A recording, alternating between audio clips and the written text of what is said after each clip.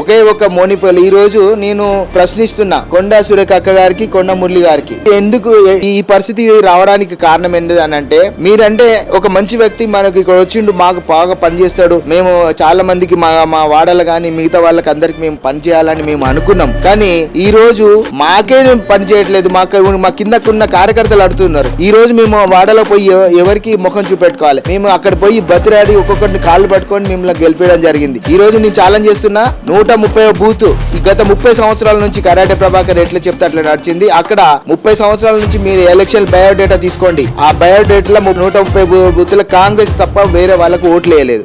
రాజకీయాల్లో మీకు మిత్రులు ఎవరు, శత్రువులు ఎవరు అంటే ఏం చెప్తారు? రాజకీయ పరంగా ఏంటంటే, పని చేసిన వాళ్ళు చేయకపోవడం నచ్చదు. ఈ రోజు కొండ మురళికి ఆ రేంజ్ లో నేను పని చేసిన, ఎవరు చేయనప్పుడు మేము పార్టీని పట్టుకొని ఉన్నాం. మాది పార్టీ. ఈ పార్టీల నుంచి ఆ పార్టీలో వచ్చి ఇంట్లో వేరే వాళ్ళు నెగ్గొచ్చు, ఉండొచ్చు, చేయొచ్చు. కానీ అలాంటి వారు ఎలక్షన్లకు ముందు మీరే గొప్ప, మీరు అన్ని రకాలు ఉన్నారు, మీకే ఫలాలంతే అది అని చెప్పి ఈ రోజు మమ్మల్ని దూరం కొట్టి వేరే రకంగా మాట్లాడుతా అంటే మనకు కొంచెం. వరంగల్ జిల్లాలో చిరంజీవి అభిమానిగా, కరాటే మాస్టర్ గా, మన తెలుగు రాష్ట్రాలలో వరంగల్ ముద్దుబిడ్డగా మంచి పేరును సంపాదించిన కొయ్యాడ ప్రభాకర్ గారితో ప్రస్తుతం మనం ఉన్నాము. ఆయన మెగాస్టార్ చిరంజీవి గారి అభిమానిగానే కాకుండా కరాటేలో కూడా ఎంతో ప్రావీణ్యాన్ని సంపాదించి ఒక నటుడిగా, ఒక ప్రొడ్యూసర్ గా, రాజకీయాల్లో ఆయన యొక్క ఎదుగుదల, అదే విధంగా ఆయన యొక్క ప్రస్థానం గురించి, ఆయన యొక్క లైఫ్ జర్నీ గురించి మనం తెలుసుకునే ప్రయత్నం చేద్దాం. నమస్తే ప్రభాకర్ గారు. ఒకప్పుడు కరాటే మాస్టర్ గా, చిరంజీవి అభిమానిగా మీరు ఎంతో యాక్టివ్ గా ఉండేవాళ్ళు. ప్రస్తుతం మీరు ఎందుకు కనిపించట్లేదు? మీరు యాక్టివ్ గా ఎందుకు లేరు? అసలు మీరు ఇప్పుడు ఏం చేస్తున్నారు? కంటిన్యూ ఉన్నా, నేను ఆల్రెడీ ప్రాక్టీస్లు చేస్తున్నా. మార్నింగ్ గ్రౌండ్ కి వెళ్ళి ప్రాక్టీస్ చేస్తాను ఆల్రెడీ. ఇప్పుడు ఇన్ని రోజులైనా కూడా, కాకపోతే ఆ బిజినెస్ ఎంటర్ అయిన తర్వాత కరాటే నా వ్యక్తిగతంగా నేను చేస్తున్నా, కానీ పిల్లలకు నేర్పించట్లేదు. ఇప్పుడు నేను యాక్టివ్ గానే ఉంటాను. సినిమాల్లో నటించారు, మంచి ప్రొడ్యూసర్ గా పేరు తెచ్చుకున్నారు. ఇప్పుడు సినిమా గురించి మీరు తీసుకోవాల్సిన నిర్ణయం ఏంటి? యాక్చువల్గా ఏంటంటే, సినిమా అనేది ఒక రంగుల ప్రపంచం. మరి అదే కాకుండా ఆర్థికంగా డబ్బులతోని మనకి ఎప్పుడు కానీ ఓ బ్యాక్గ్రౌండ్ సపోర్ట్ అనేది ఉన్నప్పుడే సినిమాలో మనము అంచెలంచెలుగా పైకి ఎదగడానికి ఛాన్సెస్ ఉంటుంది. ఎందుకంటే నేను సినిమా తీసేటప్పుడు నాకు బ్యాక్గ్రౌండ్ ఎవరు సపోర్ట్ లేరు. నా ఓన్గా ఎందుకంటే నా డ్రీమ్ అది కూడా చిరంజీవి గారి దృష్టిలోకి వెళ్ళాలన్న ఉద్దేశంతో నా సినిమా పేరు కూడా ప్రేమిస్తే ప్రాణమిస్తా అనే పేరు పెట్టడం జరిగింది. ప్రేమిస్తే ప్రాణమిస్తా అని చిరంజీవి గారి సినిమాలో ఒక సాంగ్ లోనిది తీసుకొని ఆ టైటిల్ గా సినిమా చేయడం జరిగింది. నా సినిమాలో కూడా చిరంజీవి గారి ఒక సాంగ్, ఆయన స్ఫూర్తి, ఆయన ఎలా అంచెలంచెలుగా ఎలా ఎదిగిండు, ఎలా ఉన్నాడు, ఆయన గురించి ఆ సాంగ్ లో క్లుప్తంగా చెప్పడం జరిగింది. ఎదిగే కొద్దీ ఒదిగి ఉండాలని. ఎందుకంటే ఆయన ఎప్పుడు చిరంజీవి గారు ఏ స్థాయిలో ఉన్నా కూడా ఒకటే అంటాడు, మనం ఎంత ఎదిగినా కూడా చాలా ఒదిగి ఉండాలని చిరంజీవి గారు మాట్లాడతారు. కానీ అదే బాణి తీసుకొని ఆ సాంగ్ చేయడం జరిగింది. మీ ఫ్యామిలీ బ్యాక్గ్రౌండ్ ఏంటి? మీరు కరాటే నేర్చుకోవడానికి గల కారణాలు ఏంటి? మీరు కరాటేలో ఎలాంటి బహుమతులు గెలుచుకున్నారు? ఎన్ని బహుమతులు గెలుచుకున్నారు? యాక్చువల్ గా నేను ఇంటర్మీడియట్ అయిపోయిన తర్వాత కరాటే అప్పుడు ప్రతాప్ జాకబ్ చెన్నై నుంచి ఇక్కడ వచ్చి చెప్పడం జరిగింది. ఆ రోజులల్లా కరాటే విద్య అనేది ఒక కాస్ట్లీ. ఎందుకంటే కేవలం డబ్బున్న వాళ్ళే నేర్చుకునేది. మామూలు వాళ్ళకు కరాటే నేర్చుకోవడం అంటే కొంచెం ఇబ్బంది. ఆ రోజులల్లా ఒక 30 రూపీస్ దొరకాలంటే చాలా చాలా కష్టము. నాకు కూడా ఆ రోజులల్లో నేను 30 రూపీస్ లేని పరిస్థితిలో ఒక 10 మెంబర్స్ గ్యాదరింగ్ చేసి ఆ మాస్టర్ కి నేను చెప్తే నాకు ఫ్రీగా చెప్పడం జరిగింది. అంటే నాకు డ్రీమ్, ఒక కసి, ఒక పట్టుదల, నేను కరాటే నేర్చుకోవాలి, ఒక మంచి స్టైల్ ఉండాలి అని ఒకటే ఆ గోల్ ఉండేది. యాక్చువల్గా ఏంటంటే, నేను కరాటే నేర్చుకున్నప్పుడు కనీసం ఒక బెల్ట్ నాకు వస్తుందా అనే ఫీల్ ఉండేది. కానీ మాస్టర్ నాకు ఎంతైతే చెప్పిండో దానికి రెట్టింపుగా నేను నా ఓన్ కృషితోని, పట్టుదలతోని పడుకుంటే లేస్తే కూడా ఎప్పుడు ఇంకా ఏం చేయాలి, కొత్త ఆధారంగా ఏం చేయాలి అని ఎక్కువ ఆర్నిషల్ ప్రాక్టీస్ చేసి ఒక 5 కిలోమీటర్స్ రన్నింగ్ చేసి మళ్ళీ అక్కడ పోయినాక మళ్ళీ కరాటే ప్రాక్టీస్ చేసి అలాంటిది ఒక బెల్ట్ వస్తుందా అనే అట్లాంటి పరిస్థితిలో నాకు ఫస్ట్ టోర్నమెంట్ లో నేను ఓడిపోవడం జరిగింది. ఆ ఓడిపోవడం కూడా పార్షాలిటీ చేసి నన్ను ఓడగొట్టింది. సెకండ్ టైమ్ లో కూడా అట్లాంటి ఇబ్బంది ఎదుర్కొన్న తర్వాత మళ్ళా ఇంకా బాగా కసితోని పట్టుదలతోని ప్రాక్టీస్ చేసి ప్రతి ఏ టోర్నమెంట్ పోయినాక నాకు పోటీ లేకుండా అలాంటి పరిస్థితి నేను క్రియేట్ చేసుకొని ఒక మైక్ టైసన్ లాగా కరాటే ప్రభాకర్ అనే ఒక బ్రాండ్ కేవలం నా టోర్నమెంట్ నేను ఫైటింగ్ చేస్తా అంటే ఆ రోజులలో రూపాయలు నా పైన ఇట్లా చల్లడం జరిగింది. ఎందుకంటే ఒక డిఫరెంట్ స్టైల్లో నేను కరాటే చేసేది. దాదాపుగా ఏంటంటే అన్ని ఎయిర్ కిక్స్, నాకు ఆ బ్రూస్లీ ఇన్స్పిరేషన్ ఆ టైప్ లో చేయాలని నేను చాలా చేసేది. కానీ పబ్లిక్ కూడా నన్ను అంత రిసీవ్ చేసుకొని కరాటే ప్రభాకర్ ఫైటింగ్ చూడాలని కరాటే నేర్చుకున్న వాళ్ళు కరాటే మాస్టర్లు కూడా ప్రత్యేకంగా నా ఫైటింగ్ చూడడానికి వాళ్ళు వెయిటింగ్ లో ఉన్నది. ఈ రోజు నేను కరాటే అనేది అట్లాంటి ఒక రూపాయి లేని డబ్బులు లేని పరిస్థితిలో నేను కరాటే 20 సార్ల state champion, 5 times national gold medal, 1 time international international hostel పైన కూడా గోల్డ్ మెడల్ సాధించడం జరిగింది. అంటే పట్టుదల ఉంటే ఏదైనా సాధించవచ్చు అనే ఉద్దేశంతో బాగా నేర్చుకొని ఆ స్థాయికి పోయినందుకు చాలా గర్విస్తున్నా. ఓకే, మీరైతే మీ వృత్తిలో ఎంతో సక్సెస్ ని సాధించారు. అదే విధంగా స్టూడెంట్స్ ని అయితే ఎంత మందిని తయారు చేశారు, వాళ్ళు ఇప్పుడు ఏ స్థాయిలో ఉన్నారు, వాళ్ళు కూడా ప్రజెంట్ మంచి స్థాయిలోనే ఉన్నారని మేము అనుకుంటున్నాం. ఎలాంటి స్థాయిలో వాళ్ళు ఉన్నారు మా కోసం? నేను కష్టపడి డబ్బులు లేని పరిస్థితిలో కరాటే నేర్చుకోవడం జరిగింది. నా స్టూడెంట్స్ కూడా వాళ్ళకి నేను ఎప్పుడు ఏ రోజు కూడా ఫీజు తీసుకోకూడదు. నా దగ్గర ఒక 100 మంది స్టూడెంట్స్ నా దగ్గర జాయిన్ అయితే నా ప్రాక్టీస్ నేను చేసే విధానాన్ని తట్టుకోలేక లాస్ట్ తగ్గిపోయేది. ఎందుకంటే ప్రాక్టీస్ ఎక్కువ చేపిస్తుంది, నేను కమర్షియల్ గా చూడకపోయేది. ఈ రోజులలో ఏంటంటే అంత కమర్షియల్ అయిపోయింది. మా మాస్టర్ కూడా మా బ్రదర్ కేముండే అని, ఆయన మంచి ఫైటర్, మంచి ఛాంపియన్. ఆయనే అడుగుజాడుల్లో నేను కూడా, ఎందుకంటే నా students national gold medalist, state champions. అదే విధంగా నేను ఏదైతే మార్గం ఎన్నుకున్నానో వాళ్ళు కూడా ఒక మంచి మార్గాలు ఉన్నారని చాలా మంది, కొంతమంది ఎస్ఐ అవడం జరిగింది, కానిస్టేబుల్ అయిన జరిగింది. అదే విధంగా మంచి బిజినెస్ లో మంచి లెవెల్ లో నా స్టూడెంట్స్ కూడా ఉండి ఒక మంచి దారిలో వాళ్ళు ఉన్నారు, మంచి స్టేటస్ లో ఉన్నారు. నేను కూడా వాళ్ళని చూసి గర్విస్తున్నా. మీరు చిరంజీవిని ఒక స్ఫూర్తిగా తీసుకున్నారు కదా, మీరు ఇప్పటి వరకు సాధించింది ఏంటి? చిరంజీవి గారు అంటే మా బాస్, మా గురువు, మా ఆరాధ్య దైవం. ఈ రోజు నేను మంచి స్థాయిలో ఉన్నానంటే చిరంజీవి గారు మచ్చలేని మహారాజు. నేను ఫ్యాన్ గా చెప్పడం కాదు. ఇంకోటన్నా, మనకి గోల్కొండ రైలు ప్రమాదం అయితే మన బ్రిడ్జి దగ్గర జరగడం జరిగింది. సో మీరు ఎంతో సాహసం చేసి చాలా మంది ప్రయాణికులను కాపాడారనేది మేము విన్నాం. ఆ రోజు అండర్ రైల్వే గేట్ లో నేను అప్పుడు యూత్ కాంగ్రెస్ ప్రెసిడెంట్ గా ఉండి నేను ధర్నా చేసి టోటల్ గా బైక్ ర్యాలీ చేసి వస్తుండగా ఈ విషయం తెలిసింది. వెంటనే అక్కడ నుంచి ఆ ర్యాలీని బంద్ చేసి ఉటావుటిన నేను ఇమీడియట్లీ అండర్ బ్రిడ్జి దగ్గరనే నేను చూసేసరికి చాలా బాధ అనిపించింది. ఆల్రెడీ ఎందుకంటే ఆ బోగిలన్నీ టోటల్ గా అండర్ బ్రిడ్జి కింద పడిపోయి ఒక బోగి మాత్రం ఇట్లా బ్యాలెన్స్ లా ఉంది, ఓన్లీ లింక్ దాని మీద. ఆ బోగి కూడా సైడ్ గా ఉంది, స్ట్రేట్ గా లేదు. ఆ బోగిల బయట చూస్తే ఒక వ్యక్తి ఏమైందంటే చావు బ్రతుకులల్లా ఆ సీక్ ఆ కిటికీలో ఇరికి శ్వాస వస్తలేదు. అతన్ని ఎట్లానైనా రక్షించాలనే ఉద్దేశంతో అది కూడా ప్రమాద స్థితిలో ఉంది. అట్లాంటి దాన్ని నేను ఏం చేస్తాడు, ఆ బ్యాక్ నుండి వెళ్ళి లోపలికి పోవడానికి ప్రయత్నిస్తే ఆ స్ట్రేట్ గా ఉంటే పోవడానికి ఈజీగా ఉండు, కానీ అది కంప్లీట్ క్రాస్ గా ఉండేసరికి ఆ సీట్ల పైన కాల్ పైన పెట్టి పోవడం జరిగింది. అక్కడికి పోయేసరికి ఆల్రెడీ ఒక 3-4 ఎక్కడున్న వాళ్ళు అక్కడే చనిపోయిండ్రు. ఒక అతను ఆల్రెడీ కుర్చీలో కూర్చొని కుర్చీలో చనిపోయిండు. ఒక ఆమె సైడ్ లా మొత్తం ఇట్లా నిల్చొని చనిపోయింది ఆల్రెడీ. ఇంకొక 2 ఇట్లా సైడ్ లకి ఇట్లా కూర్చొని ఉన్నారు.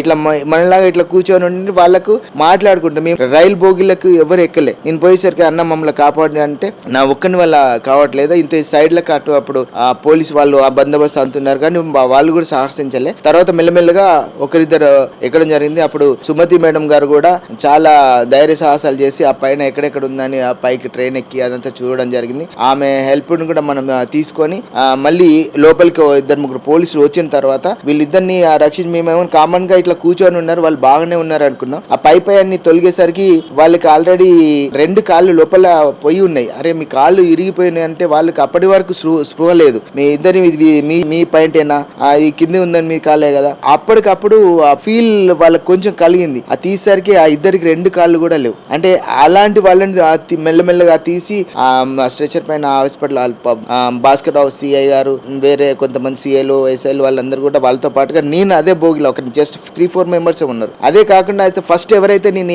గొంతీరుకొని ఎవరైతే ఆ కిటికీ దగ్గర ఉన్నానో అతన్ని నేను చూద్దాం అనుకొని పోయేసరికి అతన్ని కంప్లీట్ అవుపడలేదు. ఆయనకు ఆ బోగి ప్రెస్ అయిపోయి కంప్లీట్ ఆయన మూసివేయడం జరిగింది. ఆయన అవుపడని పరిస్థితిలో, అంటే ఆయన చూడాలి, ఆయన దగ్గర పోవాలంటే ఇంకొక 2-3 సీట్స్ తర్వాత ఆయన కంప్లీట్ ఆయన అవుపడం లేదు. అప్పటికి ఏంటంటే పోలీసు వాళ్ళు ఒక పెద్ద రోప్ ఇచ్చిండ్రు. ఆ రోప్ ఇస్తే దీంట్లో నుంచి ఆ కట్టి బయటికి పబ్లిక్ వేస్తే అంత పెద్ద రోప్ కూడా తెగిపోవడం జరిగింది. అది రాకపోతే మళ్ళీ డ్రిల్లింగ్ చేసి కట్ చేసి అప్పటికి ఆయన బయటికి తీసిన తర్వాత బయట వచ్చినాక వాటర్ తాగిన తర్వాత కొంతసేపటికి ఆయన చనిపోవడం జరిగింది.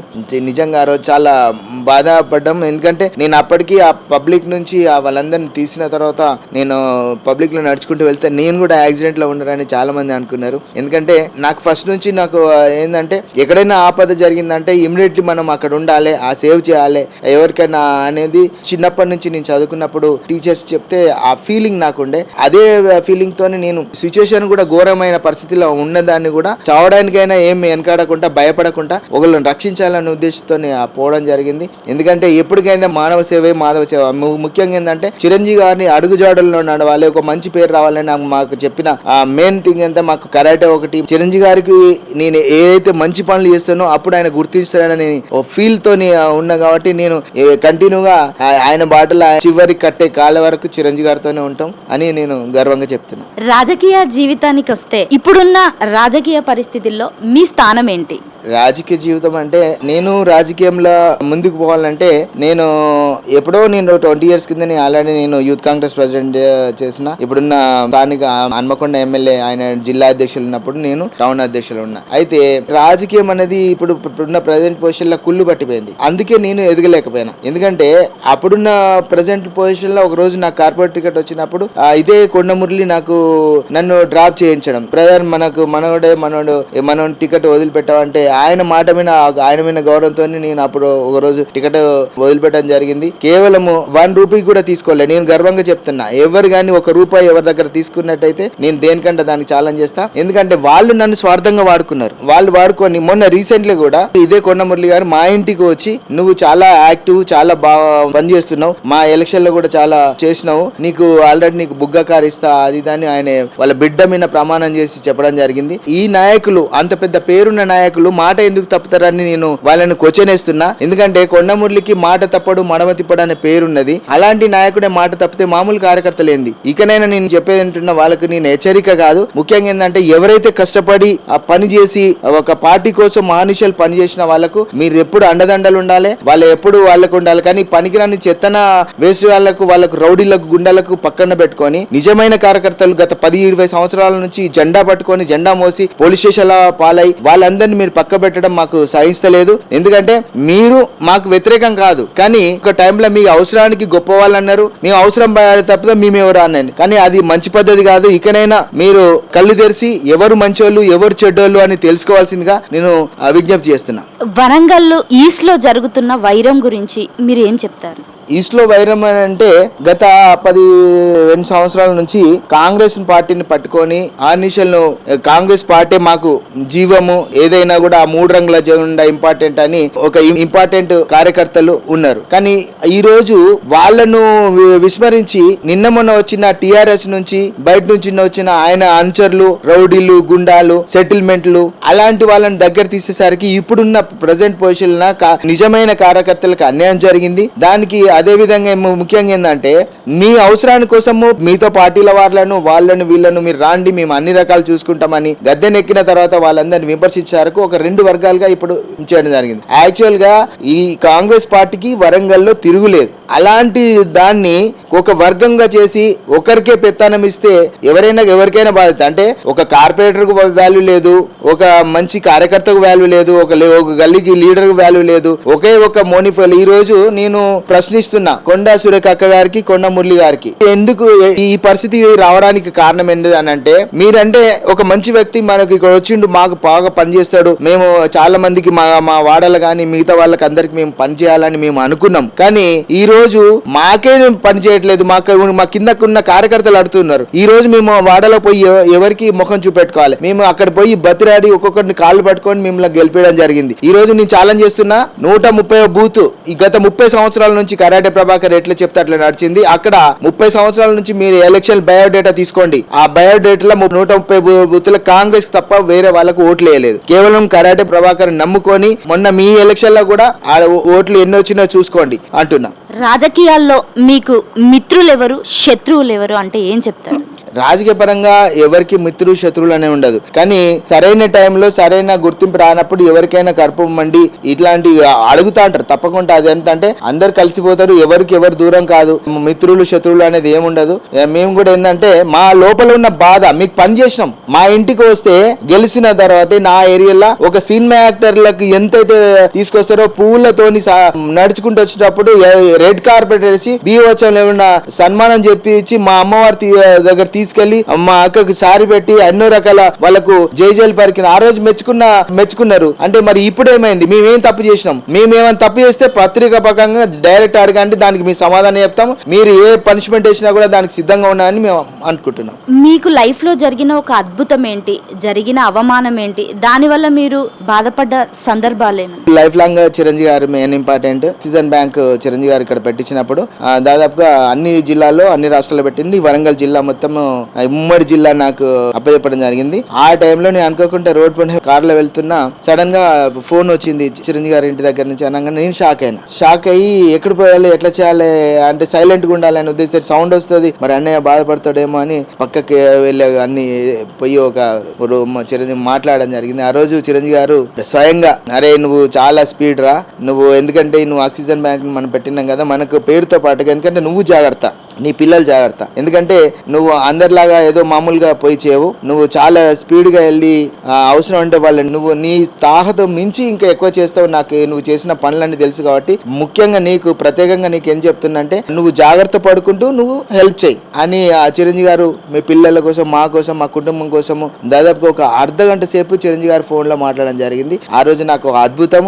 అవమానాలకు వస్తుంది అంటే రాజకీయ పరంగా ఏంటంటే పని చేసిన వాళ్ళు చేయకపోవడం నచ్చదు. ఇప్పుడు ఈ రోజు కొండమురళికి ఆ రేంజ్ లో నేను పనిచేసిన ఎవరు చేయనప్పుడు మేము పార్టీని పట్టుకొని ఉన్నాం. మాది పార్టీ, ఈ పార్టీల నుంచి ఆ పార్టీలో వచ్చి ఇంట్లో వేరే వాళ్ళు నెగ్గొచ్చు ఉండొచ్చు చేయొచ్చు, కానీ అలాంటి వారు ఎలక్షన్లకు ముందు మీరే గొప్ప, మీరు అన్ని రకాలు ఉన్నారు, మీకే పొలాలంతే అది అని చెప్పి ఈ రోజు మమ్మల్ని దూరం కొట్టి వేరే రకంగా మాట్లాడుతా అంటే మనకు కొంచెం ఒక ఫీల్ ఇన్సల్ట్ అనిపిస్తుంది. ఎందుకు ఇన్సల్ట్ అంటే అలా చేయకూడదు. ఎవరైతే కార్యకర్తలు నేను నమ్ముకున్నారో వాళ్ళకి సేవ చేయరు.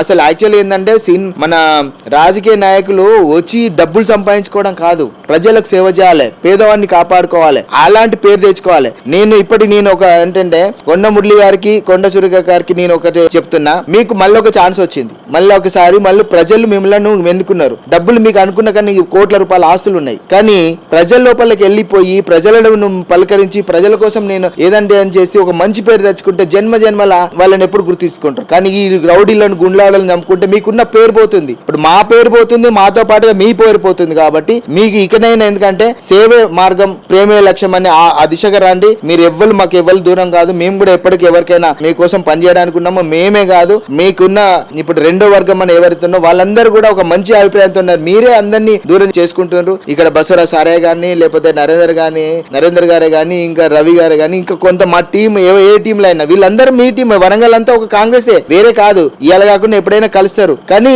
వాళ్ళందరినీ దగ్గర తీసుకోవాలంటే మనం మారాలి. మనం మారుకుంటే ఎవరైనా ఆత్మీయంగా ఇట్లా ఓపెన్ గా చేతులు ఎప్పుడైతే ఎత్తుతామో అప్పుడు అందరు వచ్చి నీకు హక్కునే ఉంటారు. కానీ మోస రకం రాజకీయాలు చేయొద్దని నేను ఈరోజు గంటపదంగా చెప్తున్నా. ప్రస్తుతం ఉన్న రాజకీయ పరిస్థితుల ప్రకారము మీరు ఫ్యూచర్ లో కార్పొరేటర్ గానీ ఎమ్మెల్యేగా గానీ పోటీ చేసే ఛాన్స్ ఉందంటారా సార్? ఫస్ట్ నుంచి ఏంటంటే నేను రాజకీయంలో పోవాలి, నాకు డబ్బులు సంపాదించుకోవాలి అలాంటి ఆలోచన నాకు ఫస్ట్ లేదు.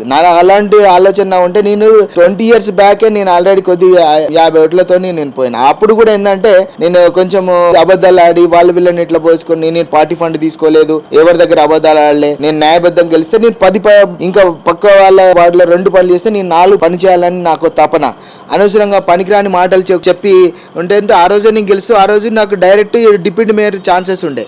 అలాంటిది కూడా నేను ఎప్పుడు అట్లాంటి చూడలే. ఈ రోజు కూడా నాకు ఇది కావాలి చేయాలనేది ఏం లేదు. నేను ప్రజాసేవ చేస్తా, నేను ఉన్నా చేస్తా లేని చేస్తా. దేవుడు నాకు మనకు పార్టీలో ఉన్నా లేకున్నా కూడా నా వంతుకు నేను సంపాదించుకున్నా 10 మందికి సేవ చేస్తున్నా. నన్ను అంటూ అభిమానించుకొని 100 మంది ఉన్నారు. ఈ రోజు నా కోసం నా వాడలో నాకు ప్రాణం ఇస్తారు ఈ అర్ధరాత్రి ఎప్పుడైనా. ఎందుకంటే ఉదాహరణ చెప్తున్నా, ఒక టైంలో పోలీసులు వచ్చి నన్ను అరెస్ట్ చేయడానికి వస్తే నా పబ్లిక్ నా వాడ వాళ్ళందరూ వచ్చి నిలబడ్డారు. మీరు ఆయన ఎట్లా చేస్తే మమ్మల్ని కూడా అరెస్ట్ చేయాలని ఒక 200 మంది వచ్చి ఆ నైట్ నైట్ నన్ను హౌస్ అరెస్ట్ చేసి పోయడం జరిగింది. కాంగ్రెస్ పార్టీలో ఉన్నా కూడా నాకు ఏ పదవులు లేవు, ఏం లేకున్నా కూడా మొత్తం 200 మంది గ్యాదర్ అయిన దాంట్లో 50 మందిని సెలెక్ట్ చేసి హైదరాబాద్ కు డైరెక్ట్ పంపించి కన్ని ఆపరేషన్ చేసిండ్రు. అది కేవలం నేను చేసిన. ఈ రోజు నేను చేయడం వల్ల అందరు ఏమనుకుంటారు, కరాటే ప్రభాకర్ కాంగ్రెస్ అనుకుంటారు, కరాటే ప్రభాకర్ చిరంజీవి ఫ్యాన్ అనుకుంటారు. ఇప్పుడు నేను చేసింది వాళ్ళకి కాంగ్రెస్ పార్టీకి వెళ్ళిపోతుంది, చిరంజీవి అభిమానులకు వెళ్ళిపోతుంది. ఈ రోజు గర్వంగా చెప్తున్నా, ఓన్లీ చేసింది కరాటే ప్రభాకర్, కానీ పేరు వచ్చేది పార్టీకి వస్తుంది, నన్ను నమ్ముకున్న మా చిరంజీవి గారికి వస్తుంది, వాళ్ళందరూ చేస్తున్నా. రాజకీయ నాయకులు అనేటోడు గెలవాలి, ప్రజాసేవ చేయాలి, డబ్బులు సంపాదించుకోవడం కాదు. అట్లా పేరు కాంచిన ఒక ఎమ్మెల్యే ఉన్నాడు సిపిఐకి సంబంధించిన, ఆయన 5 సార్లు ఎమ్మెల్యే కూడా ఇప్పటికీ నడుచుకుంటూ తిరుగుతుంటాడు. అంటే జీవితంలో చరిత్రలు నుంచి పుచ్చలపల్లి సుందరయ్య చూడండి. కానీ మనం ఎంత వేసుకున్నామో ఎంత పోయినదని కాదు, ప్రజల లోపల ఉండాలి, ప్రజాసేవ చేయాలి, అది మార్గము. నేను కూడా ఏంటంటే గెలవని, నాకు పార్టీలు ఇంపార్టెంట్ కాదు, వచ్చినా రాకున్నా నా బాని మారదు. నేను ఎవరికైతే పని చేస్తానో వాళ్ళని పక్కా 100% వాళ్ళని నిలదీస్తా. అర్థమైందా? నా మీద ఆల్రెడీ థ్రెట్ ఉన్నది నాకు తెలుసు, అయినా నేను భయపడేది లేదు. ఎవరు ఏం చేసుకున్నా కూడా చావడానికైనా సిద్ధంగా ఉన్నా. ఎప్పుడు నేను భయపడుకుంటూ బ్రతకను. నా పిల్లలకు నాకు వెల్ సెటిల్. నేను కూడా ఎందుకంటే రాజకీయమే ఇంపార్టెంట్ కాదు, ఎందుకంటే ప్రజాసేవ చేసి జీవితం ముగించాలని ఉన్నది, అంతే. సార్, ఫైనల్ గా రాజకీయ జీవితంలో గానీ మీ పర్సనల్ లైఫ్ లో గానీ మీ గోల్ ఏంటి? నా గోల్ అంటూ ఇప్పటి వరకు ఏంటంటే చిరంజీవి గారే నాకు ఇంపార్టెంట్. రాజకీయం కన్నా ఎక్కువ చిరంజీవి గారు ఇంపార్టెంట్. అంత పెద్ద అన్నయ్య, ఆయన గుండెలో నేనున్నా. ఈ చిన్న చిన్న ఎమ్మెల్యేలు, మినిస్టర్లు అంటారు ఆఫ్టర్ నాకు ఆఫ్టర్ ఆయనే నాకు దేవుడు. ఆయన ఏం చేసినా ఆయన గుండెల్లో ఉన్నా ఎప్పటికైనా నేను. ఎందుకంటే రీసెంట్ నన్ను డైరెక్ట్ ఆయన ఫోన్ చేస్తుండు. అంత పెద్ద వ్యక్తి, ప్రైమ్ మినిస్టర్ ఆయన మెచ్చుకున్నాడు. అర్థమైందా? డైరెక్ట్ ప్రైమ్ మినిస్టర్ ఆయన దగ్గర నడిచొచ్చిండు. పవన్ కళ్యాణ్ అంత పెద్ద వాళ్ళ దగ్గర నాకు స్థానం ఉన్నది. ఈ చోటా మోటాల లీడర్ల దగ్గర నాకు న్యాయం స్థానం ఉన్నా లేకున్నా నాకు అవసరం కూడా లేదు. ఎందుకంటే నా గోల్ అనేది ఏంటంటే సేవే మార్గం, ప్రేమ లక్ష్యం. అది చిరంజీవి గారు నేర్పిండు. ఆ మార్గం వెళ్తా, నేను ప్రజాసేవ చేసుకుంటూనే ఉంటా, ప్రజలకు ఎప్పుడు అందుబాటులో ఉంటా. నా దోస్తులకు కానీ ప్రజలకు కానీ నాకు సంబంధించిన నన్ను ఎవరైతే ప్రేమిస్తారో, నా ఇంటికి ఎవరైతే కడుపుతా వచ్చినా, నా ఇంట్లో ఉండి తిండి ఉన్నా లేకున్నా 100% వాళ్ళకి సాయం చేస్తా. ఎందుకంటే చాలా మందికి నా జీవితాంతం, ఎందుకంటే నాకు ఉన్న దాంట్లో, నాకు వచ్చిన దాంట్లో పెళ్లిళ్ళకి కానీ, మిగతా వాళ్ళకి కానీ, లేకపోతే అన్నదానమే కానీ, అంటే పిల్లల బుక్స్ కానీ, చాలా మంది కొన్ని వేల మందికి నేను సాయం చేయడం జరిగింది. ఎందుకంటే ఇప్పుడు చిరంజీవి గారి ప్రోగ్రామ్ కూడా ఆల్రెడీ ఆగస్ట్ లో ఉంది. మేము ఆల్రెడీ ముందే ప్లాన్ చేసుకున్నాం. కళ్ళది చేసి నన్ను కూడా చిరంజీవి గారి దాన్ని ఆల్రెడీ చేసేసిన. ఇంకా మొక్కలు నాటే కార్యక్రమం ఉన్నది, ఎవ్రీ ఇయర్ చేస్తున్నాడు. కొన్ని వేల మందికి మేము రక్తం ఇక్కడ నుంచి తీసుకెళ్లి ఎంజిఎం లో ఇవ్వడం జరిగింది, హైదరాబాద్ లో ఇవ్వడం జరిగింది. మళ్ళీ ఎక్కడికి ఎవరు ఫోన్ చేసినా కూడా మా బ్లడ్ లేదు, ప్రాణాపాయ స్థితిలో ఉన్నది కాబట్టి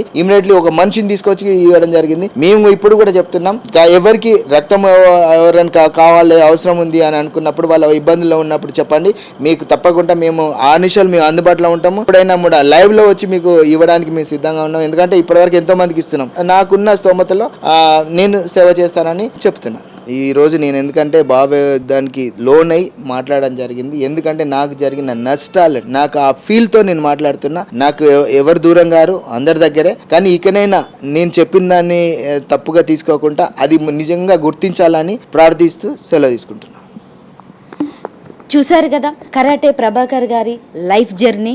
మరొక సెలబ్రిటీ ఇంటర్వ్యూతో మళ్ళీ కలుద్దాం. కెమెరామ్యాన్ మహేష్తో ప్రత్యూష, NSR న్యూస్.